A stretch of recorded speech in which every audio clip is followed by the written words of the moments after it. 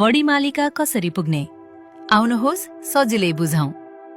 यदि तपाईँ काठमाडौँबाट जाँदै हुनुहुन्छ भने पहिले धनगढी पुग्नुपर्छ। काठमाडौँबाट धनगढी बस वा फ्लाइट दुवैबाट जान सकिन्छ। नेपालका अरू ठाउँहरूबाट जाने हो भने पनि प्राय यात्रा जोडिँदै जाने मुख्य पोइन्ट भनेको धनगढी नै हो।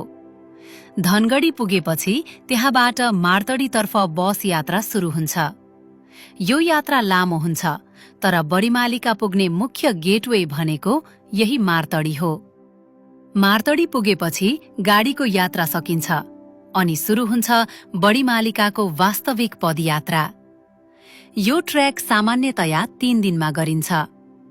पहिलो दिन मार्तडीबाट हिँडेर सोता पाटन पुगिन्छ।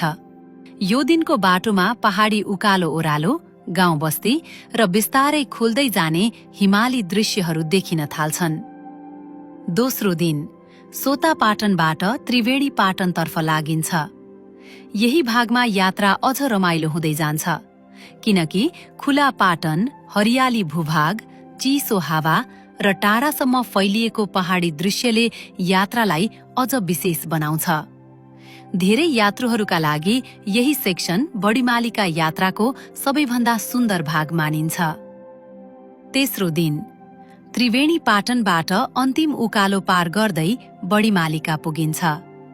यही दिन मुख्य दर्शन, घुमफिर, फोटो खिच्ने र वरिपरिको अनुपम दृश्य हेर्ने समय हुन्छ। त्यसैले रूट छोटकरीमा यस्तो हुन्छ: काठमाडौँ, धनगढी, मार्तडी, सोता पाटन, त्रिवेणी पाटन, बडीमालिका।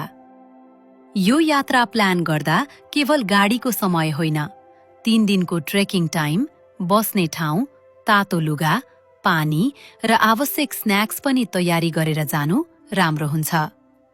यस्तै सजिला ट्राभल गाइडका लागि पृथ्वी स्टोरिज सँगै रहनुहोस् र सब्स्क्राइब र फलो गर्न नभुल्नुहोला।